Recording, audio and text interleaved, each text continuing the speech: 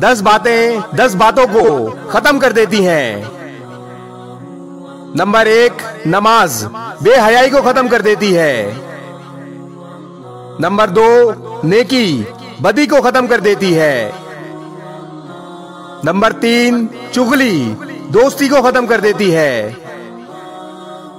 Number 4, तौबा गुनाहों को खत्म कर देता है।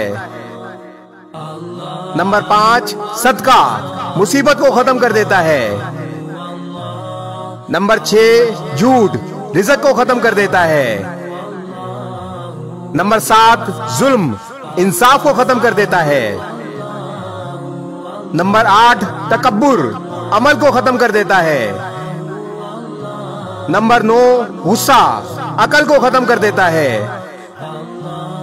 और नंबर 10, दुख जिंदगी को खत्म कर देता है। Likey